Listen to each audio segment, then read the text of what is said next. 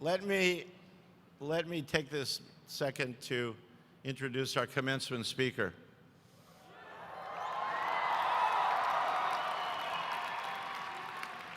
It truly is a privilege to have Elon Musk join us today.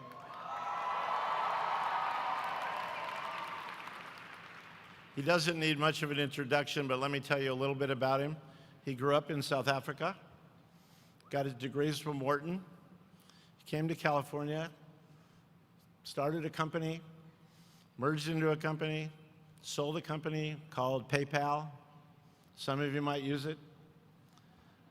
He then has gone on to become the CEO of Tesla Motors and the CEO of SpaceX. And in his mind, he has lots of brilliant ideas. I know it's truly an honor and a privilege to have him join us today, Mr. Elon Musk.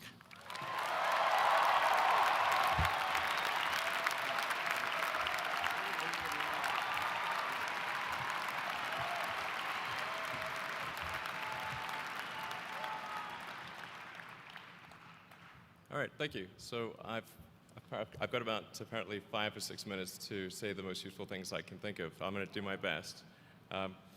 It was suggested that I distill things down to three items. I think I'll go with 4, and I'll try. I think these are pretty important ones. Some of them are going to sound like, well, you've heard it before, but it's worth re-emphasizing. I think the first is you need to work, depending upon how well you want to do, and particularly if you're starting a company, you need to work super hard. So what does super hard mean?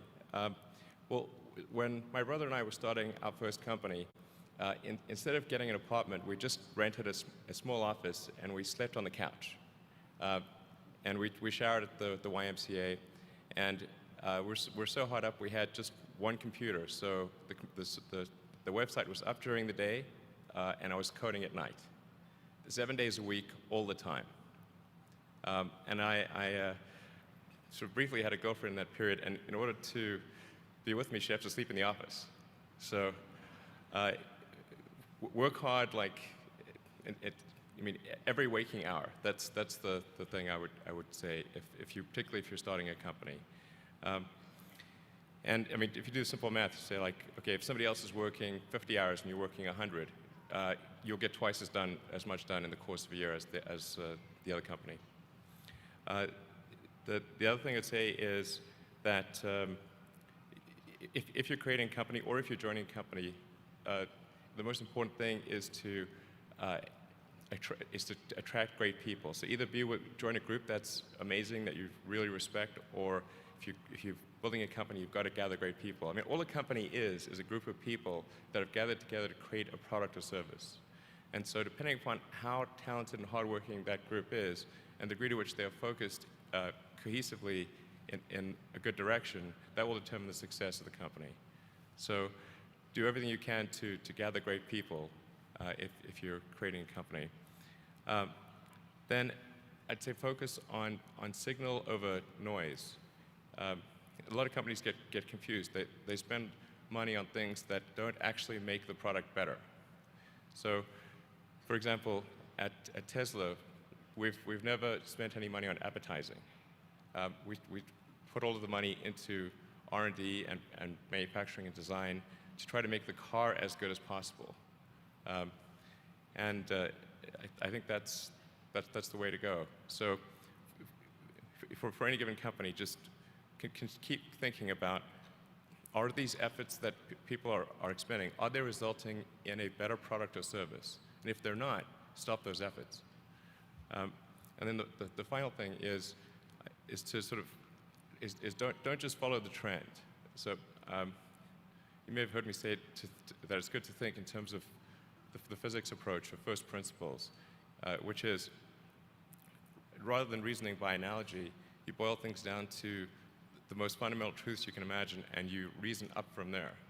And this is a good way to figure out if something really makes sense, or if it's just what everybody else is doing.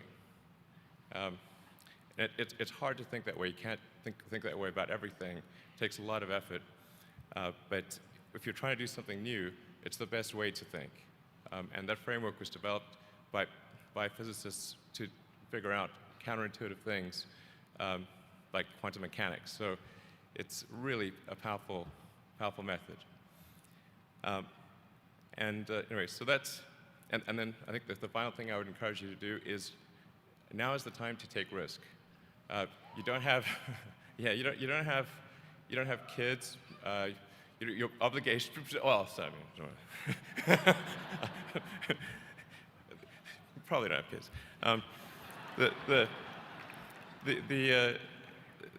But as you get older, your obligations increase. So and once you have a family, you start taking risk not just for yourself, but for your family as well. It gets much harder to do things that might not work out.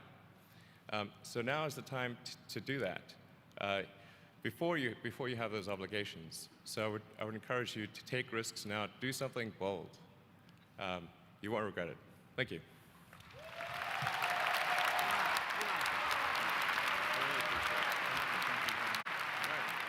I hope that was helpful.